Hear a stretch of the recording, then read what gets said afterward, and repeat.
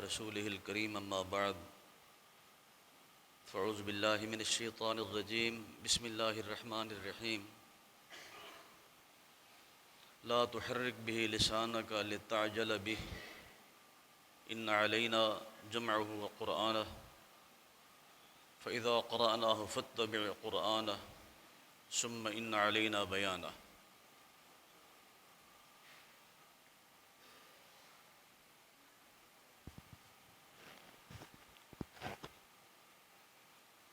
اپنی زبان کو آپ حرکت نہ دیں،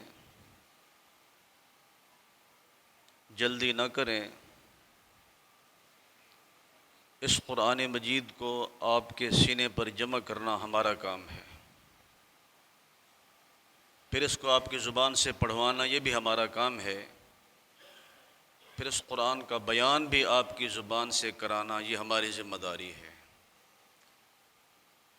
اللہ کے رسول صلی اللہ علیہ وسلم جب جبریل امین علیہ السلام قرآن مجید لے کر وحی کی شکل میں آپ کے پاس آتے تھے، جیسے جیسے جبریل امین علیہ السلام پڑھتے تھے ساتھ ساتھ آپ بھی جلد پڑھنا شروع کر دیتے تھے۔ تو اللہ تعالیٰ نے بیان کر دیا، فرمایا لا تحرک به لسانک لتعجل به۔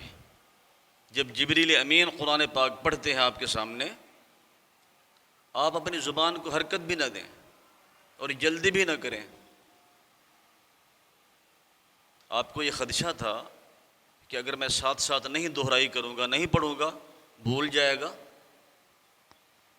تو اللہ نے فرمایا سَنُقْرِئُكَ فَلَا تَنْسَى، آپ کو ہم پڑھا رہے ہیں، ہمارا پڑھایا ہوا نہیں بھولے گا۔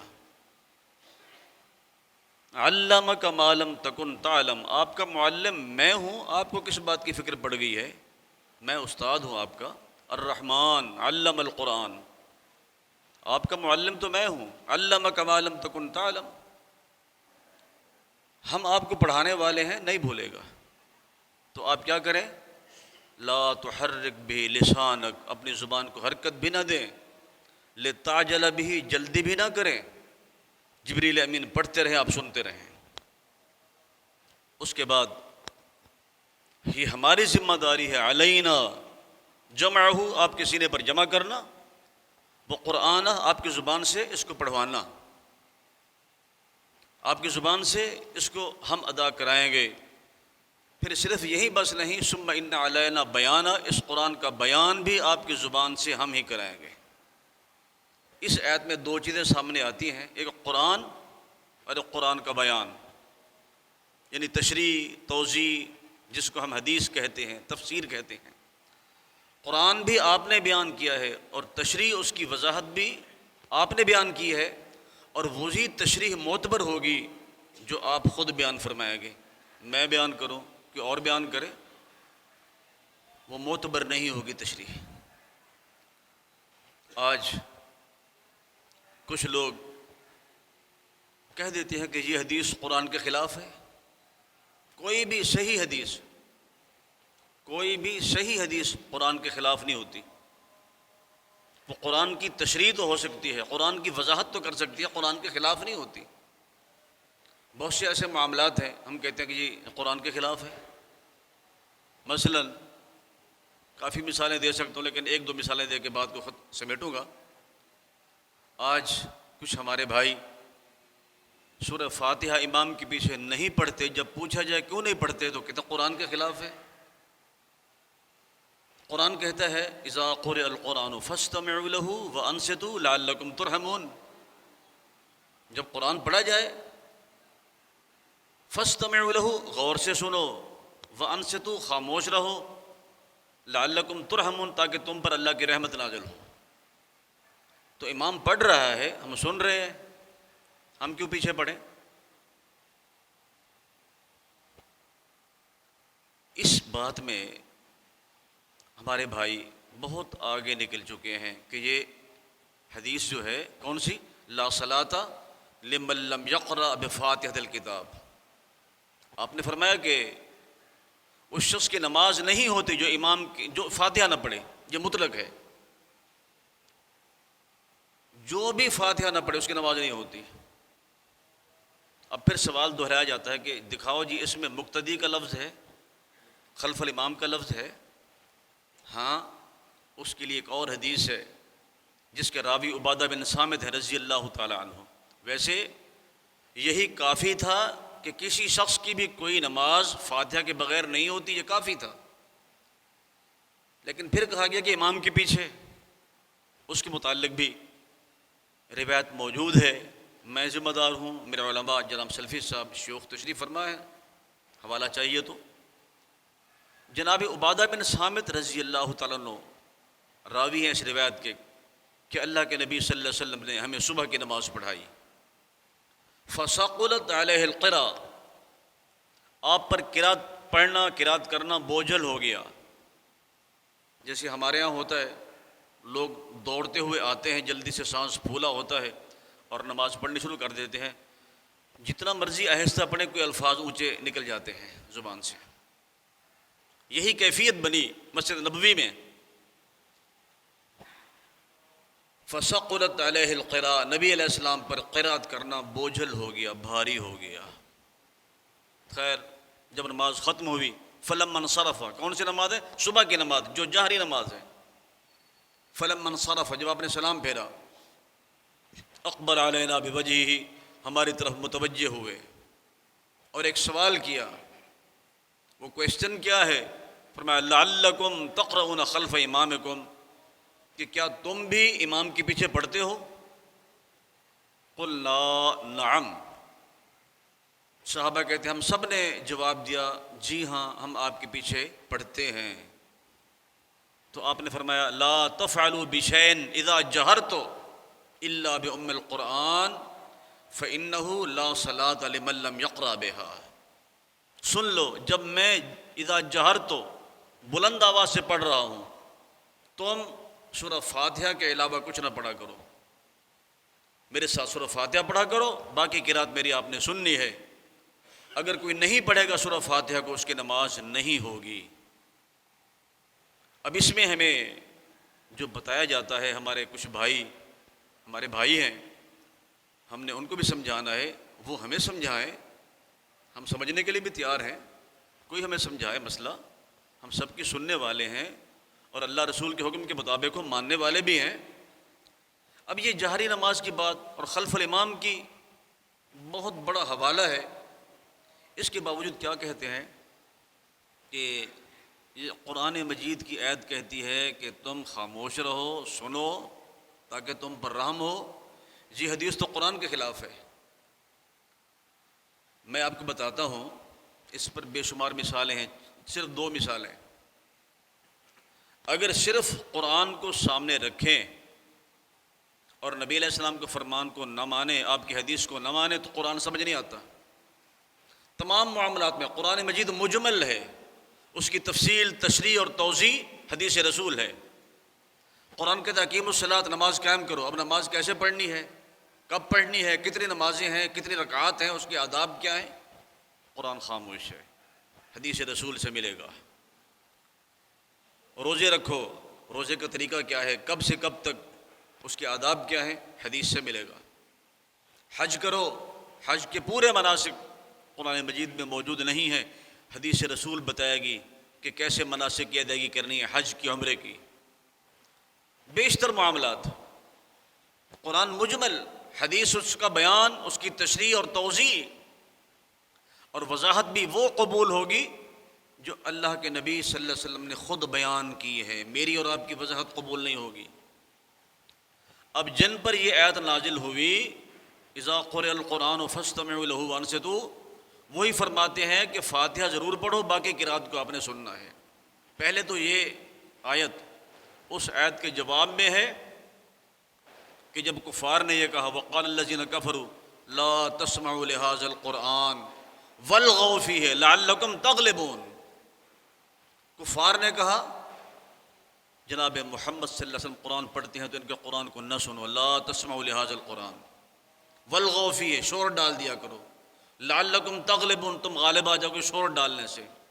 اس کے جواب میں کہا ایسا کام نہ کرو، اذا قرئ القرآن فاستمعوا له، شور نہیں ڈالنا، سننا ہے، خاموش رہنا ہے۔ لعلکم ترحمون، تغلبون کی باتیں چھوڑو، اللہ کی رحمت تم پر شامل ہوگی۔ ایک تو اس آیت کے جواب میں یہ آیت نازل ہوئی، اور دوسرا قرآن مجید نے جن چیزوں کو حرام کیا ہے، تفصیل کا وقت نہیں ہے لیکن صرف نام گنوا دیتا ہوں۔ حرمت علیکم المیتہ والدم ولحم الخنزیر وما اہل لغیر اللہ بہ والمنخنقہ والموقوذہ والمتردیہ والنطیحہ وما اکل السبع الا ما ذکیتم وما ذبح علی النصب وان تستقسموا بالازلام ذالکم فسق الیوم یئس الذین کفروا من دینکم فلا تخشوہم واخشون الیوم اکملت لکم دینکم اتممت علیکم نعمتی ورضیت لکم الاسلام دینا۔ اللہ نے تم پر حرام کیا ہے المیتہ، مردار، جو چیز اپنے آپ مر جائے حرام، والدم، خون بھی حرام، لحم الخنزیر، خنزیر کا گوشت بھی حرام، ما اہل لغیر اللہ بہ، اللہ کے نام کے علاوہ کسی اور کے نام پر کوئی چیز پیش کی جائے وہ بھی حرام، والمنخنقہ، کسی جانور کا، کسی پرندے کا گلا گھونٹ کر مار دیں، حرام، الموقوذہ، پتھر اٹھایا ہے، کوئی اینٹ اٹھا کے کسی جانور کو ماری ہے، پرندے کو ماری ہے، مر گیا، وہ بھی حرام، والمتردیہ، کسی پہاڑ کی بلندی سے یا کسی چھت کی بلندی سے کسی جانور کو نیچے گرایا ہے، مر گیا، وہ بھی حرام، والنطیحہ، دو جانور آپس میں لڑتے ہیں، ایک نے دوسرے کو سینگ مار مار کے ختم کر دیا، وہ بھی حرام، وما اکل السبع، جسے درندے چیر پھاڑ کے کھا جائیں وہ بھی حرام، وما ذبح علی النصب، بتوں کے نام پر جو چیزیں ذبح کی جائیں وہ بھی حرام، وَأَن تَسْتَقْسِمُوا بِالْأَزْلَامِ، تیروں کے ذریعے فال نکالنا یہ بھی حرام۔ اب قرآن مجید نے ایک تفصیل بیان کر دی ہے، فہرست آگے فلاں فلاں چیز حرام ہے، اور مین کیا ہے؟ پہلے حرمت علیکم المیتہ، مردار حرام، والدم، خون بھی حرام۔ اب قرآن نے تو حرام کر دیا، لیکن پوری امت بلا تفریق مسلک، پوری امت، ہر مکتب فکر کے لوگ دو قسم کے مردار کھا رہے ہیں، دو قسم کے خون بھی کھا رہے ہیں۔ کیوں کھا رہے ہیں؟ اس لیے کھا رہے ہیں کہ حدیث نے حلال کیا ہے۔ فاتحہ کے معاملہ میں تو ہم نے کہا کہ یہ حدیث قرآن کے خلاف ہے، کھانے پینے کے معاملہ میں ہم نے کہا یہ حدیث ٹھیک ہے۔ نبی علیہ السلام نے کیا فرمایا؟ احلت لنا میتتان و دمان، اللہ نے ہمارے لیے دو مردار بھی حلال کر دیے ہیں، دو خون بھی حلال کر دیے ہیں۔ دو مردار کون سے ہیں؟ الحوت، الجراد، مچھلی اور مکڑی۔ مچھلی پانی سے باہر نکلتے ہی مر جاتی ہے، تو مری ہوئی چیز مردار تو حرام ہوتا ہے، لیکن نبی علیہ السلام نے حلال کیا اس کو۔ مکڑی، جو ٹڈی دل ہے، یہ مکڑی نہیں جو جالا بنتی ہے، جو بھی پچھلے دنوں یہاں کافی تعداد میں آئی ہوئی تھی، یہ بھی آپ کو مری ہوئی ملے حلال ہے۔ اور الکبد، جگر، الطحال، تلی، کلیجی، جگر بھی ایک خون کی شکل ہے، لوتھڑا ہے خون کا، یہ دو خون بھی پوری امت استعمال کرتی ہے، کھاتی ہے۔ کیوں کھاتی ہے؟ کہ حدیث نے حلال کیا ہے۔ یہاں قرآن پہ عمل نہیں کرتے ہم، کھانے پینے کا معاملہ ہے۔ تو بھائی سیدھی بات ہے، ما ینطق عن الہوا ان هو الا وحی یوحی، گفتہ اللہ بود گرچہ حلقوم عبداللہ بود، بات محمد بن عبداللہ کی ہے صلی اللہ علیہ وسلم کی، لیکن حکم اللہ کا ہے۔ آپ اللہ کی مرضی کے بغیر لب کشائی نہیں کرتے، نہیں بولتے۔ تو آپ نے حکم دیا ہے یہ دو مردار بھی کھا لو، دو خون بھی تمہارے لیے حلال ہیں۔ تو آپ نے حکم دیا ہے امام کے پیچھے فاتحہ پڑھو، اس کے بغیر نماز نہیں ہوگی، یہ بھی ماننا چاہیے۔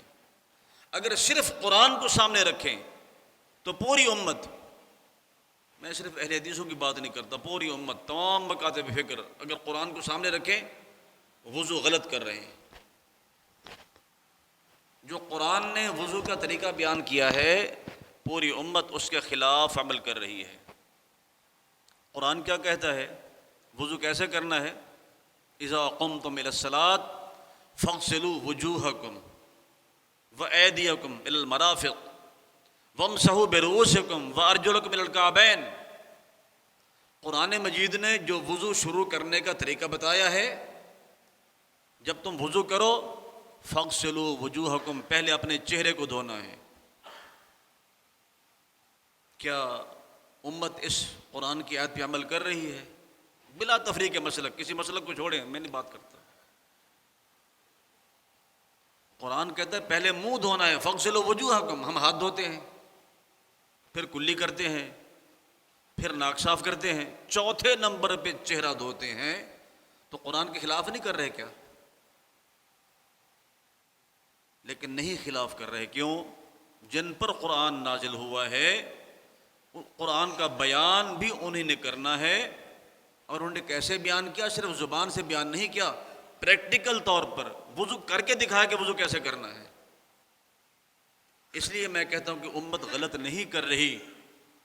نبی علیہ السلام نے وضو کیا، پہلے ہاتھ دھوئے 3 دفعہ، پھر کلی کی، پھر ناک میں پانی چڑھایا، ناک کو صاف کیا، اس کے بعد چہرے کا نمبر آیا، پھر آپ نے چہرے کو دھویا، پھر بازوؤں کو، پھر مسح کیا ہے، پھر پاؤں دھوئے ہیں، پریکٹیکل طور پر۔ تو میرا یہ ساری باتیں کرنے کا مقصد، اس پر میں بات کروں کافی لمبی بات بڑھتی چلی جائے گی، بے شمار مثالیں ہیں، لیکن میں چھوڑتا ہوں۔ ایک فکر دینا چاہتا ہوں، ایک ذہن دینا چاہتا ہوں کہ قرآن کی تشریح وہی ہمارے لیے معتبر ہے جو نبی علیہ السلام نے کر دی ہے، بس۔ ما آتاکم الرسول فخذوہ وما نہاکم عنہ فانتہوا، میرا پیغمبر جو دے وہ لے لو، جس سے روکے اس سے رک جاؤ۔ من یطع الرسول فقد اطاع اللہ، رسول کی اطاعت اللہ کی اطاعت ہے۔ تو آپ نے کہہ دیا وضو ایسے کرنا ہے، کوئی قرآن کے خلاف نہیں، ٹھیک کر رہے ہیں۔ آپ نے کہہ دیا مچھلی مکڑی کو کھاؤ، جگر اور تلی کو کھاؤ، کھا رہے ہیں، کوئی قرآن کے خلاف نہیں ہے۔ آپ نے کہہ دیا امام کے پیچھے فاتحہ پڑھو، پڑھ رہے ہیں، کوئی قرآن کے خلاف نہیں ہے۔ اور سن لیں، سورہ فاتحہ کے مسئلے میں کوئی کمپرومائز نہیں ہے۔ خدا را قوم کو دھوکہ نہ دیں۔ وائے ناکامی، فلک نے تاک کر توڑا اسے، میں نے جس ٹہنی کو تاڑا آشیانے کے لیے، جس چیز کو اللہ کے نبی نے نماز کہا ہے ہم اس کو پڑھتے ہی نہیں، نماز کیسے ہوگی؟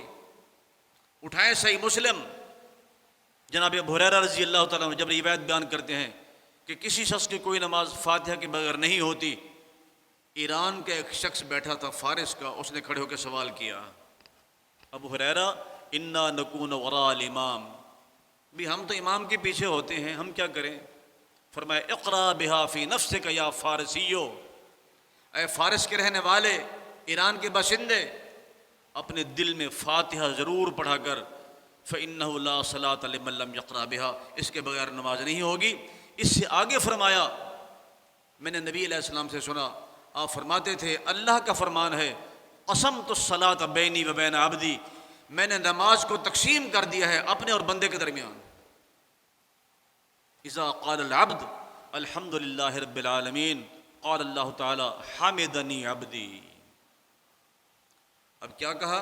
نماز کو تقسیم کر دیا ہے، اور تقسیم فاتحہ ہو رہی ہے، یعنی فاتحہ کو نماز کہا کہ فاتحہ ہی نماز ہے، قسمت الصلاۃ، اور تقسیم کیا ہے؟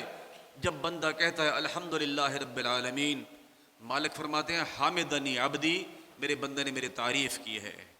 یہ کہتا ہے الرحمن الرحیم، مالک جواب دیتے ہیں اثنا علی عبدی، میرے بندے نے میری ثنا بیان کی ہے۔ مالک یوم الدین مجدنی عبدی، میرے بندے نے میری عظمت کو بیان کیا ہے۔ ایاک نعبد و ایاک نستعین، مالک فرماتے ہیں ھذا بینی و بین عبدی ولعبدی ما سأل، یہ جملہ میرے اور بندے کے درمیان تقسیم ہے، اب میرا بندہ جو مانگے گا اسے دوں گا۔ یہ مانگتا کیا ہے؟ اہدنا الصراط المستقیم صراط الذین انعمت علیہم غیر المغضوب علیہم ولا الضالین، کہتا ہے یا اللہ صراط مستقیم نصیب فرما دے، جن پر تیرا غضب ہوا اور جو لوگ گمراہ ہیں ان کے راستے سے بچا لے۔